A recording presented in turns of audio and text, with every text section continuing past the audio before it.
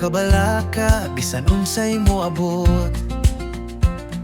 Tanang butang dala sa paggampo, pagpasalamat sa Ginoo nga buhi. Kay siya nagapaminaw kanunay, kalinaw sa Diyos, molabaw sa tanang pagsabot sa tao, kini dili mapundi. Magabantay kini sa imong kasing-kasing, ug sa hunahuna nga nagatuo niya.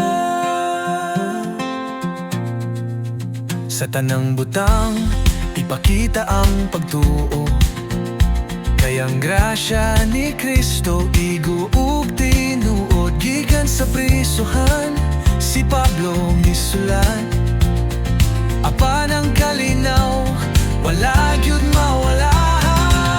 Kalinaw sa Dios, molabaw sa tanang pagsabot sa tawo, kini dili mapundi. Magabantay kini sa imong kasing-kasing, ug sa hunahuna nagatuo niya.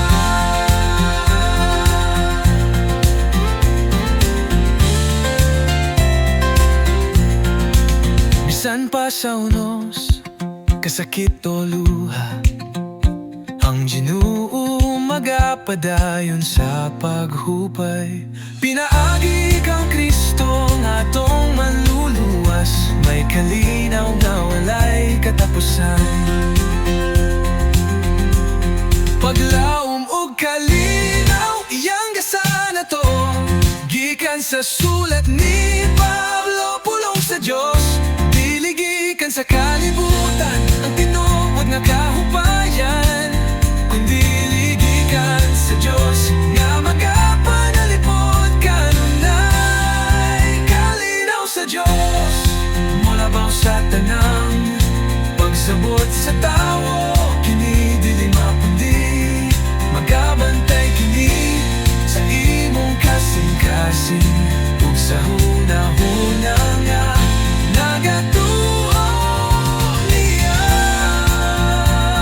Oh, ang kalinaw sa Dios, oh, magapadayon hangtod sa kahangturan.